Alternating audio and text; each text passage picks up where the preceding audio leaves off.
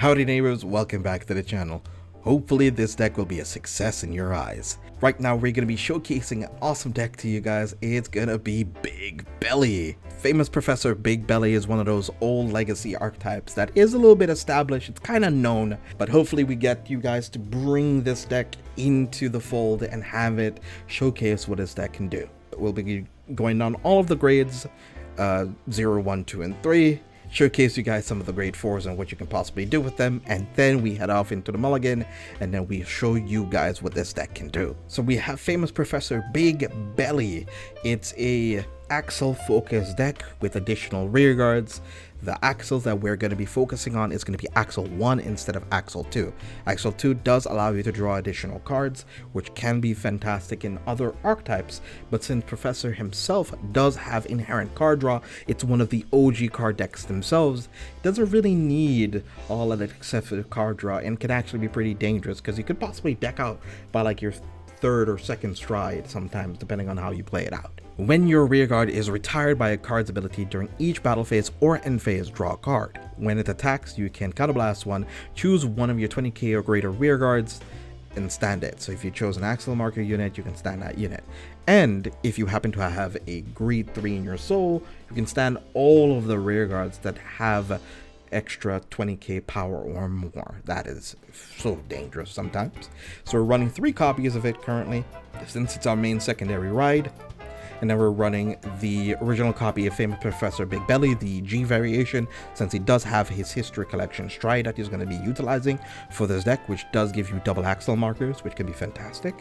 Then we do happen to have Magic Scientist Tester Fox, which does give you the Illusionist Scientist Researcher Fox out of your deck by sending 2 cards from your drop zone back into your deck. So you can choose, you have to choose a trigger and a normal unit to have access to that, but you can also just choose 2 triggers to send back if you already have the Illusionist already.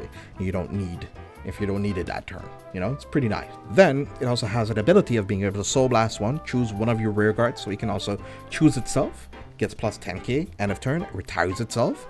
But if you choose the Illusionist Fox, it does allow you to draw a card in later stages of the game, and it synergizes really well with Famous Professor Big Belly's first skill. Then we have Amazing Professor Big Belly. Amazing Professor Big Belly allows you to have an extra Crayon Tiger in your grade 3s, and plus it's searchable, especially if you haven't seen any Crayon Tigers yet, and you slap this on an axle marker, it does become 21k, which unlocks its skill of being able to restand another rearguard. Since success does need you to hit certain power thresholds to be able to do certain effects, this easily acquires it by being on an axle marker. And then to round up our normal unit grade 3s, we are rocking the Sea Strike, Dragon, and Largolf. It does get additional effects depending on what grade your Vanguard is going to be on at the time, but we're going to be focused on the first skill that allows you to choose one of your grade 2 or greater cards with a different card name from this unit from the drop zone, and you can add it back to your hand. So obviously targeting your Tester Fox, your heal triggers, because we are running Heal Guardians in this deck, or any of the other Big Belly targets that you might be holding on to, because it could have awkward moments of not seeing your Big Belly on time or not finding ways of being able to search it very quickly. You can have in Largolf add it back to your hand again and be able to use it, which is fantastic. It also has the additional effect of when it's being discarded for stride cost, you can also draw a card, which so good. Like, why wouldn't you want to run this? Utility and card draw, it's Big Belly Supreme. Currently, it's one of the strongest cards being utilized in Stoicheia at the moment, so do not be surprised that in a lot of established Stoicheia archetypes that they're running this card currently. Then off to the grade 2s. Then we have the card that we were mentioning before, Illusionist Scientist Researcher Fox.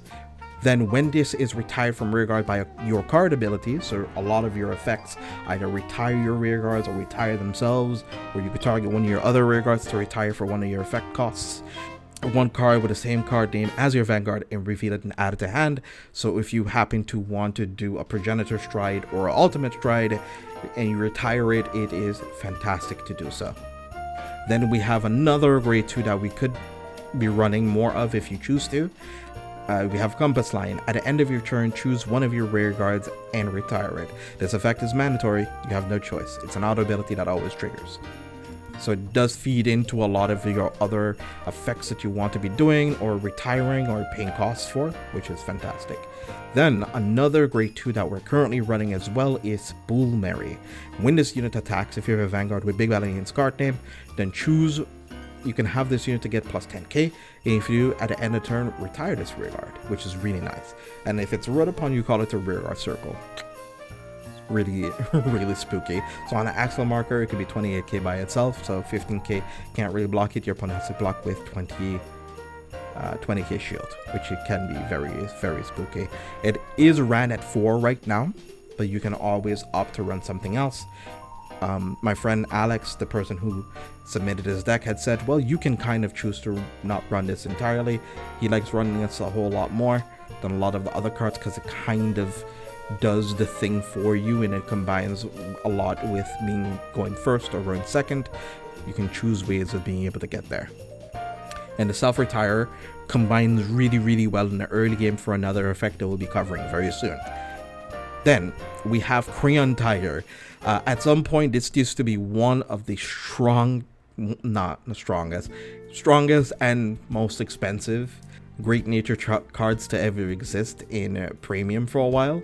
There was no reprints for this card, no way of being able to access it, but since we do now have access to it, it's been a lot cheaper and a lot more accessible to get into it, and it does allow you to draw a card by choosing one of your rear guards and standing it at the end of turn, retiring it. Fantastic card. Then we do have Light Elemental Honolly.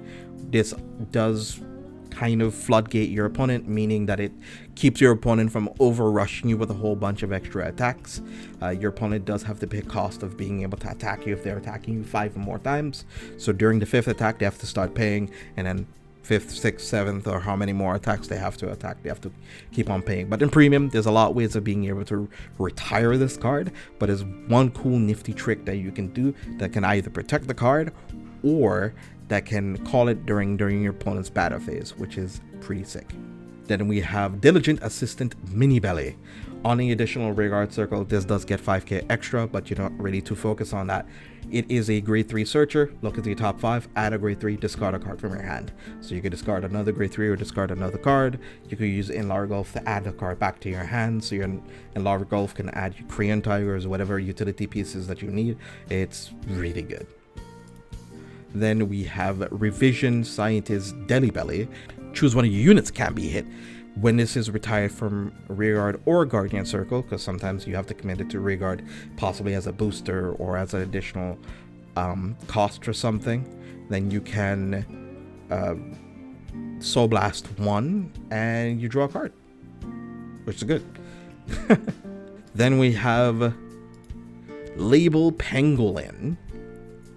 This card allows you that when it's placed, you can choose one of your rear guards. Whenever that rear guard attacks, you soul charge 1, counter charge 1. It doesn't say the word counter charge, just choose a card from your damage zone, turn it face up, but that's what the old phrasing for counter charge used to be.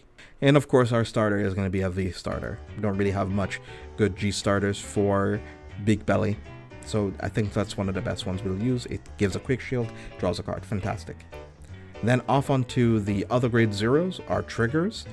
We have Ponbelly, the damage crit trigger, draws a card, goes into soul if your Vanguard is Big Belly. We run 4 of those. Then we do happen to have Automatism Koala. Does bind one of your other heal triggers out of your drop zone to counter charge 1 or soul charge 1. You do have moments in this deck that soul can become a bit of an issue if you don't have excessive soul charge or ways being able to fill up your soul much, but we have Pon Belly to give us a little bit of soul charge, so we're fine. Then we do have Gifted Dragon, which is our heal guardian, which gives us a way of being able to guard the early game aggression from our opponent. Then of course we have Bless Favor, our over trigger for in Premium. Bless Favor is one of our best options in our deck.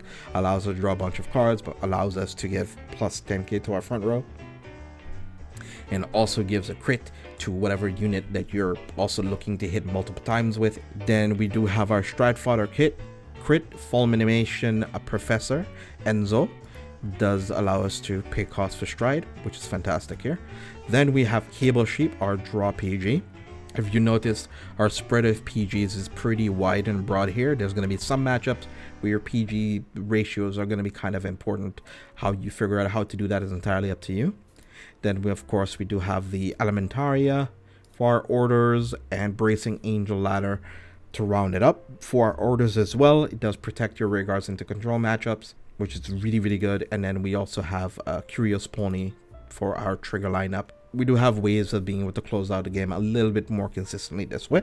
Extra crits in your deck, especially in best of one format, if you're playing it in BCS, can be very dangerous for your opponent to deal with. Then off to the G zone. As you can see, there's a very thick spread over everything for very specific matchups or very specific scenarios or main win conditions to achieve it. So then, of course, we have Harmonic Society for the Guardian ticket that we'll be utilizing. Then we do have the History Collection Stride, which does choose your rearguards to give plus 4k to. And when it does also gives them a skill of when you're plus 20k or more, you get to draw a card, which is really good. It does give you your Axel markers. Then we have Omniscience Dragon Caladrius, which gives actually a guard restrict to whatever rearguard that you're restanding. You can flip it face up. You can flip another card face up, which you could possibly be flipping up the Monogorum Arm, which gives you an extra attacker, because you don't usually stride into this as much as you used to anymore. You tend to flip it up with other cards so that you can utilize the G-Zone on attack skill of being able to superior call a unit from your hand while your Vanguard is attacking, because sometimes you can possibly draw some cards during some of your attack steps, or you might have an attacker that in your hand you want to keep and force your opponent to retire something that's not that important to you. Stuff like that can happen. Then we have Caladrius. We have Chikitkam, which when your rearguard attacks, you can Soul Blast one to turn on a card in your G-Zone face up, and it gets and that unit gets 5k until end of turn for every card in your G-Zone that's face up. It also has a auto ability that whenever rearguard is retired or put into drop zone from rearguard circle, it actually goes to the bottom of your deck. So one of the other main win conditions of this deck is that you want to try to keep as much triggers in your hand to some extent, so that you can just basically stack your deck just full of triggers if you want to. That's kind of one of the cool win conditions you can add to your deck. And then obviously at the end of turn it retires itself. End of turn the rearguard retires itself after you're done boosting it with a whole bunch of power, which is very spooky. Then we have Monogomer Arm. It counterblast one. You mill 5 from the top of your deck, and then you choose for the types of triggers or normal units from the top whether or not you choose a unit to get plus 10k power, or you get to get extra drive checks. And then one of the old win conditions of this archetype used to be a called card. This calling card of Omniscience Dragon Bottle. You choose a card in your G-Zone, you flip it face up, and then all of your front row gets power equal to the amount of cards that you have face up times 4,000. Which is very devastating. And obviously at the end of battle, all of the power bonus units do get themselves retired. All of the rear guards in the front row at least. So what you can kind of do is like give power to the booster, move the booster back, and have something up like the Crane Tiger. You move that behind, or you swap it with the Grain 1, give the power to the booster. It does become very spooky. So you don't get to draw the extra cards off the boosting card, but you do get extra powers off of the flip up G-Zone still, which is nice. Then against the Ling Joker matchup, then we have the Omniscience Dragon Fernigus, which does allow you to get plus 4k for each of your rearguards, so it becomes huge by itself. And it has a counterblast 1, Soul Blast 1. When this unit is put into your G-Zone from rearguard circle, pay the cost. If you do, end of turn, choose all of your rearguards retired, and for each unit choose with this effect Counter Charge 1 and Soul Charge, which does allow you to play a little bit around Ling Joker in some facet, since you're clearing your board before they get locked. It can be kind of good. Then as a way of being able to play into our opponent's threats, a little bit. That could be kind of nice. We have Omniscient Dragon All Mirage. This is our G guard. We Soul Blast one, you choose a card from your hand, you call it to rear guard circle, and then they get resist, and they also can't be retired. So by choosing up to 4, all those can be hit and they can be retired. So good.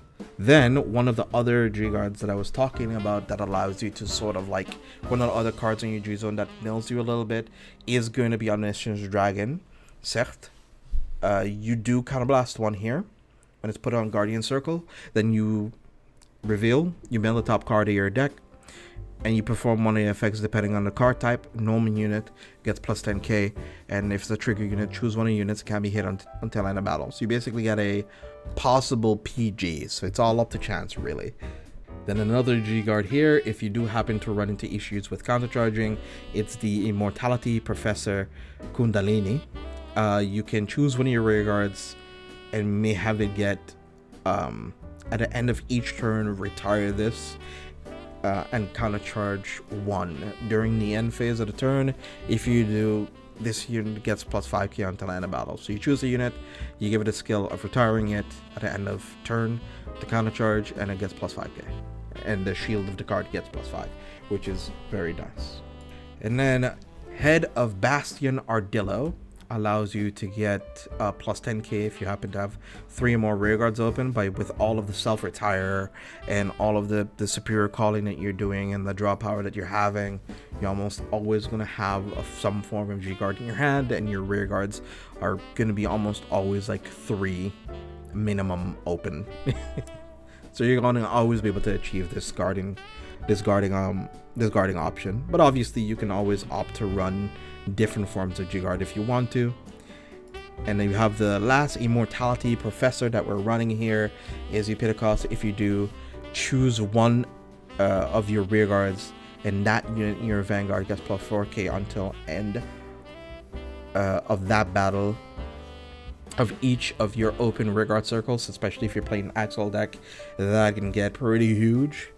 And then the chosen rear guard gets if the chosen rear guard is 20k or greater, you get to draw a card. So you can use the effect to just give extra power to your Vanguard, equal to your open rears. But if you happen to have a rear guard, you get the added effect of being able to draw a card, which is always good. So this could protect you and your rear guard at the same time, especially if both are being attacked at the same time, which is kind of cute. I think that's a pretty cool thing to have happen. Alright, so that's with the deck profile so far. We head off into the mulligans and into what the deck is aiming to do.